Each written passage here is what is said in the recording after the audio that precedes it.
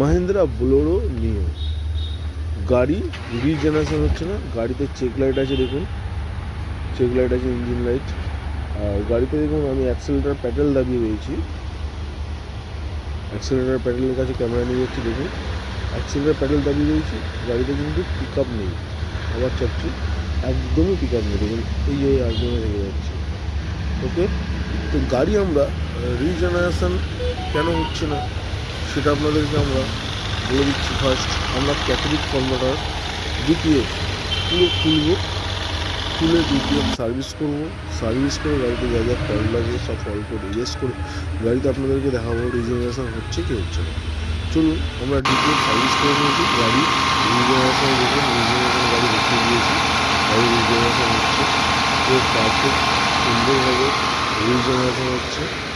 দেখে নিন আগে গাড়িতে রিজেনারেশন হচ্ছে না, হচ্ছে সুন্দরভাবে রিজেনারেশন চালু আছে।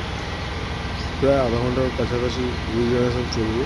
আধা ঘন্টার পর আপনাদেরকে আবার নেক্সট স্টেপ দেখাবো, সাকসেস রিজেনারেশন দেখালে দেখাবো। দেখুন গাড়িতে রিজেনারেশন সাকসেস হয়ে গেছে, সাকসেস হয়ে গেছে। দেখুন স্ক্যানারেও কী বলছে, দেখুন সাকসেসফুল ডিপিএফ রিজেনারেশন সাকসেসফুল, স্ক্যানারে কিন্তু লেখা দেখাচ্ছে। ক্যামেরাটারও কাছে নিয়ে গিয়ে দেখিয়ে দিচ্ছি, দেখুন ডিপিএফ রিজেনারেশন সাকসেসফুল কমপ্লিট। ওকে, গাড়ির আরপিএম দেখে নিন। গাড়িতে চেক লাইট আগে ছিল, এখন চেক লাইট নেই। ভিডিওটা ভালো লেগে থাকলে লাইক, সাবস্ক্রাইব, শেয়ার অবশ্যই করবেন। Thank you. BS6-এর আরও নতুন নতুন যখনই প্রবলেমে করবো আপনাদের কাছে আমরা ভিডিও আপডেট করে দেবো। গাড়িটা এখন অ্যাক্সিডেন্ট দিচ্ছি, সুন্দর পিক আপ দিচ্ছি, আগে বলে নিচ্ছি।